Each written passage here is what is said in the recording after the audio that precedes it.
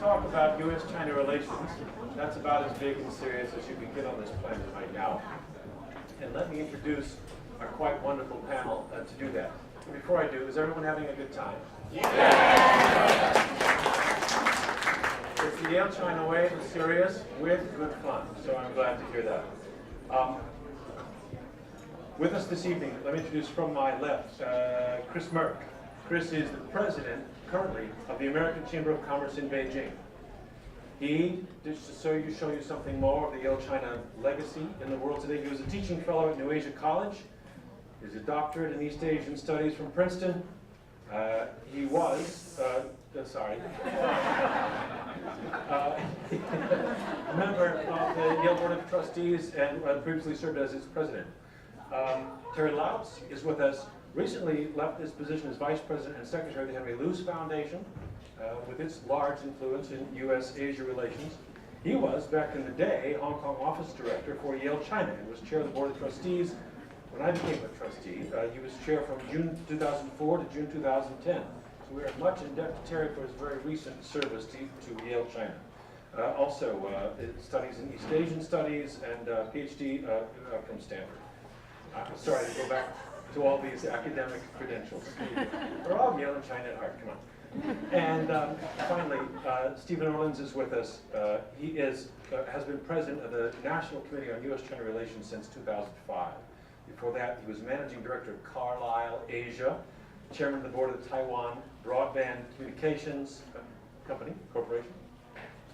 He very significantly served in the office of the legal advisor in the State Department, U.S. State Department from 76 to 79, and was a member of the legal team that helped establish diplomatic relations between the United States and the People's Republic of China. So this is as good a crew as you can put together tonight. We're very glad to have them. We're very clappy to have them.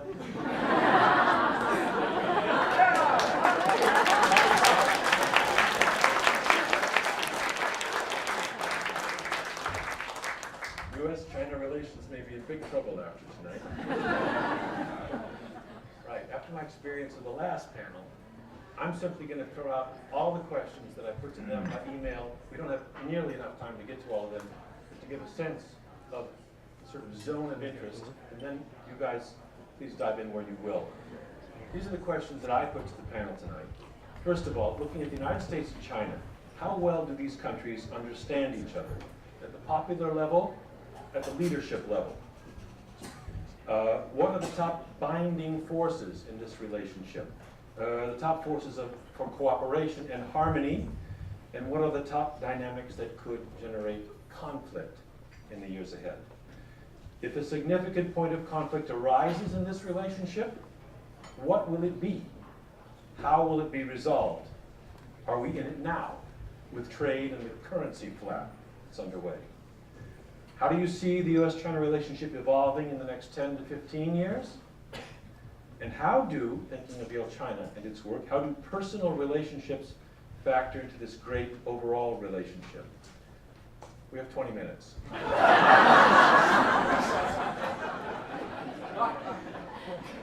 Steve, may I come first to you? Please dive in anywhere you will. Wow. I see you left out of my bio where I went to school, so I won't mention it. I'm truly an interloper here. Oh my God. Clear the hall, ladies and gentlemen. You know, I was going to focus on really the risks to the relationship. I mean, you know, as we're looking forward, what could go wrong? I think and I say that, and I answer that in the context that, you know, I'm basically an optimist, and I think the chances of things really going significantly south are very low because the complementary interest, the need for the United States and China is so tremendous that I don't think this is going to happen. But when I worry most about, I think about an unclassified intelligence briefing that I had from a very senior official in the U.S. government, and it was unclassified, so at the very end of it I said, all right, what's the single greatest risk to the relationship? And his response says, we are. That we're capable, our political process sometimes yields conclusions which are inconsistent with what I think our national interests are. So that is one of the real risks, and I think Chris will talk about this in a moment, but he spent his last week in Washington, where I think we saw statements and behavior that may be politically expedient, but I think are not truly in our national interest. Let me just, in that case, play the American politician for a moment and say to you, well, that's nice, Steve, but what about China? Aren't they playing us for fools now with the currency just to begin with? We say playing us for fools, I would say the statements of the last several weeks where we have the Speaker of the House and many others saying this is going to bring millions, I believe is the quote, of jobs back to the United States is just economic fiction. There are people who advocate it. I think when you get beneath the surface and you really look at what an RMB valuation would mean, it will mean something for China, and China should revalue its currency, but is it going to bring jobs back to the United States? And the New York senator who said China is what, a throat on the neck of American recovery. A boot on the throat, I think. Foot on the throat, yes.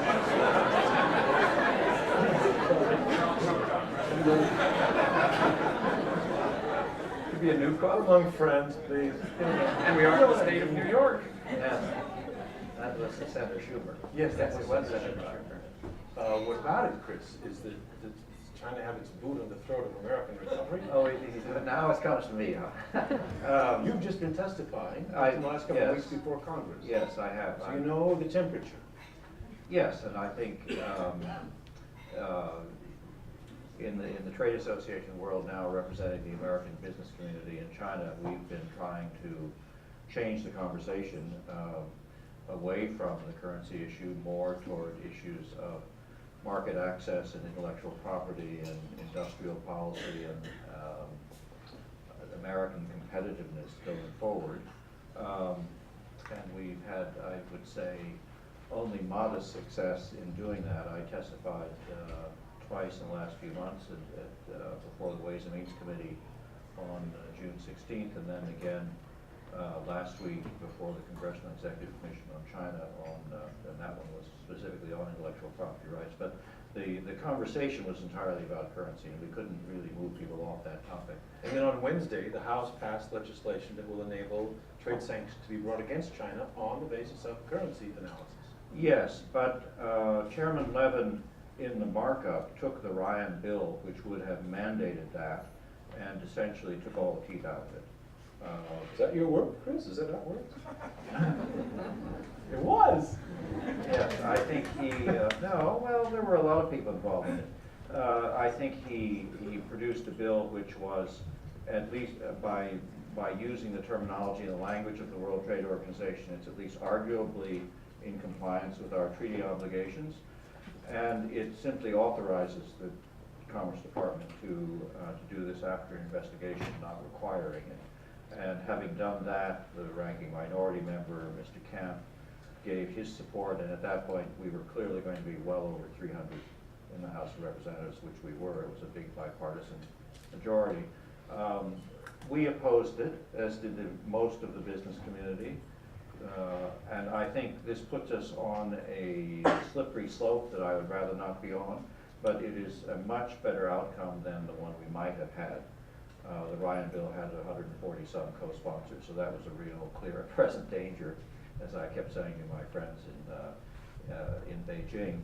In the Senate, I met on Wednesday with Senator Inouye, who is the chairman of the Appropriations Committee in the Senate, and who said, well, you know, the House is going to vote for this thing. And I said, yes, we recognize that. And he said, when I asked him what would happen in the Senate, and his response was, well, certainly nothing before Christmas. We will take a senatorial view of the House bill.